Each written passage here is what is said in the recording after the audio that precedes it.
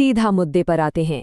महाराष्ट्र से एक ऐसी खबर सामने आई है जिसने सच में सबको हिलाकर रख दिया है। आज के इस विश्लेषण में हम मीरा रोड की उस खौफनाक घटना के सीधे तथ्यों की बात करेंगे। बिना किसी देरी के चलिए समझते हैं कि आखिर वहां हुआ क्या था। बचाओ बचाओ, देखिए ये सिर्फ शब्द नहीं है। जो वीडियो वायरल हो रहा है, जिसे आज तक की रिपोर्ट में भी दिखाया गया है, उसमें ये चीखें सुनकर रोंगटे खड़े हो जाते हैं। ये चीखें उस दहशत का सीधा सबूत है जो उस पल वहां मौजूद लोगों ने महसूस की।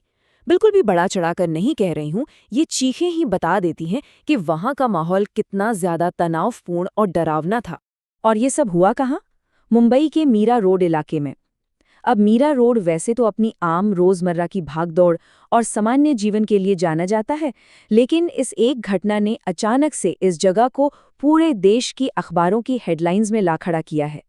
31 ईयर्स न्यूज़ रिपोर्ट्स के हिसाब से ये उस हमलावर की उम्र है। इस 31 साल के शख्स की पहचान जुबैर अंसारी के रूप में हुई है। हमारा मकसद यहाँ सिर्फ उन ठोस तथ्यों को सामने रखना है जो रिपोर्ट किए गए हैं, और ये जानकारी इस पूरी कड़ी का पहला अहम हिस्सा है।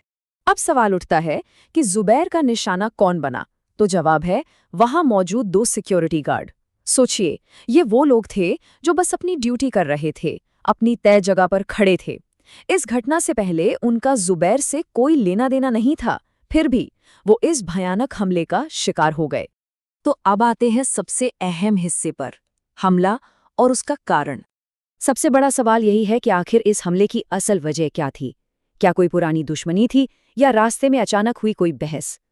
आज तक की रिपोर्ट से जो जानकारी सामने आई है ना, वो सच में चौंकाने वाली है। चलिए देखते हैं कि असल में वो ट्रिगर क्या था जिसने बात इतनी बढ़ा दी। रिपोर्ट के मुताबिक ये पूरी वारदात 3 खौफनाक चरणों में आगे बढ़ी। पहला, जुबैर अंसारी ने सबसे पहले उन गार्ड से उनका धर्म पूछा। दूसरा, इसके बाद उसने उनसे कलमा पढ़ने की मांग की।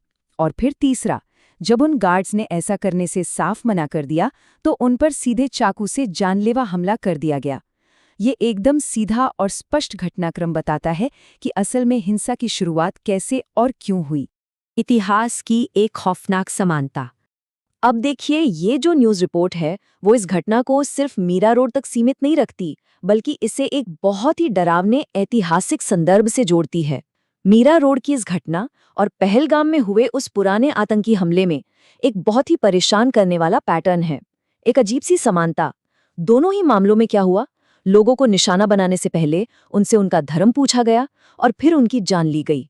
काम करने का ये तरीका एक लोकल क्राइम को बहुत ही ज्यादा गंभीर और खतरनाक रंग दे देता है।